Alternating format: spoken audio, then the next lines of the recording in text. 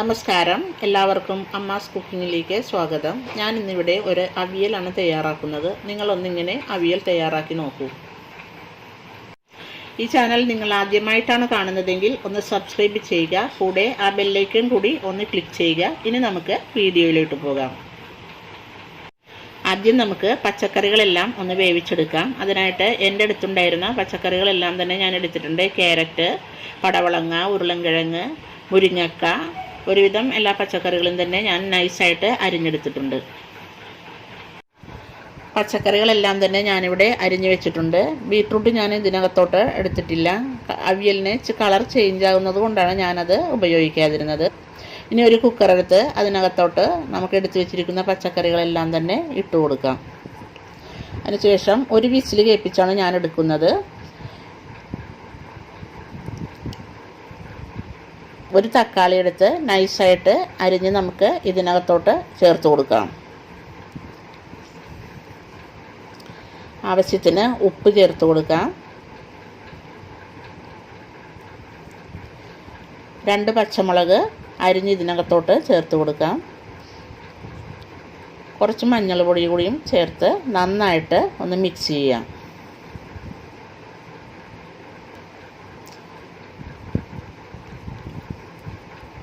ഒരു സ്പൂൺ വെള്ളവും കൂടി ഒഴിച്ചതിന് ശേഷം ഫ്ലെയിം ഓൺ ചെയ്യാം. 4 ടേബിൾ സ്പൂൺ തേങ്ങയാണ് ഞാനിവിടെ എടുത്തിരിക്കുന്നത്. അതിനോടൊപ്പം ആവശ്യത്തിന് മഞ്ഞൾപ്പൊടിയും ഉപ്പും ഒരു വെളുത്തുള്ളിയും കൂടി ചേർത്ത് മിക്സിയിൽ നമുക്ക് നന്നായിട്ടൊന്ന് ചതച്ചെടുക്കാം. ഞാൻ ഇതിനകത്ത് ജീരകം ചേർക്കുന്നില്ല. അതിൻ്റെ ഫ്ലേവർ ഇഷ്ടമുണ്ടെങ്കിൽ അത് ചേർക്കാം നിങ്ങൾക്ക്. തേങ്ങയുടെ കൂട്ട് ഞാനിവിടെ മിക്സിയിൽ ചതച്ച് തയ്യാറാക്കി വെച്ചിട്ടുണ്ട്. കുറച്ച് കറിവേപ്പിലയും 2 ചുവന്നുള്ളിയും ഒരു ചെറിയ കഷ്ണം ഇഞ്ചിയും കൂടി ചതച്ച് വെച്ചിട്ടുണ്ട്. ഇവിടെ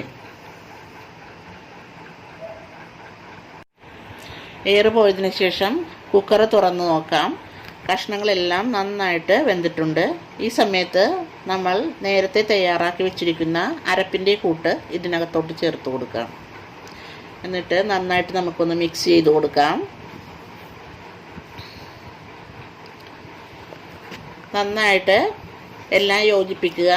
ഒരുവിധം നന്നായിട്ട് ചൂടായി വരണം. ഇത് ചൂടായി വരുന്നത് ഏകദേശം ഇതുപോലെ ചൂടായി വരുന്ന സമയത്ത് നമുക്ക് ഫ്ലെയിം ഓഫ് ചെയ്യാം. 2 ടേബിൾ സ്പൂൺ വെളിച്ചെണ്ണ ചേർത്ത് ഉള്ളിയും ഇഞ്ചിയും ചതച്ച് വെച്ചിരിക്കുന്ന ഉള്ളിയും ഇഞ്ചിയും നമുക്ക് നന്നായിട്ടൊന്ന് മിക്സ് ചെയ്തെടുക്കാം. ഇങ്ങനെ ചേർക്കുന്നത് കൊണ്ട് ഈ അവിയലിന് ഒരു നല്ല പ്രത്യേക സ്വാദാണ് കിട്ടുന്നത്. നന്നായിട്ട് ചാലിക്കുക. എന്നിട്ട് നമുക്ക് ഈ കൂട്ടിനകത്തോട്ട് ചേർത്ത് കൊടുക്കാം.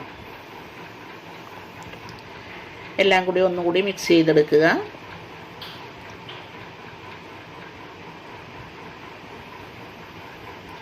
കുറച്ച് പച്ചക്കറിവേപ്പിലയും കൂടി ഇട്ട് നമുക്ക് മൂടി വെക്കാം.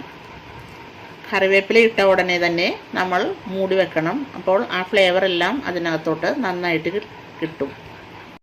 നല്ല രുചികരമായ ഒരു അവിയലാണിത്.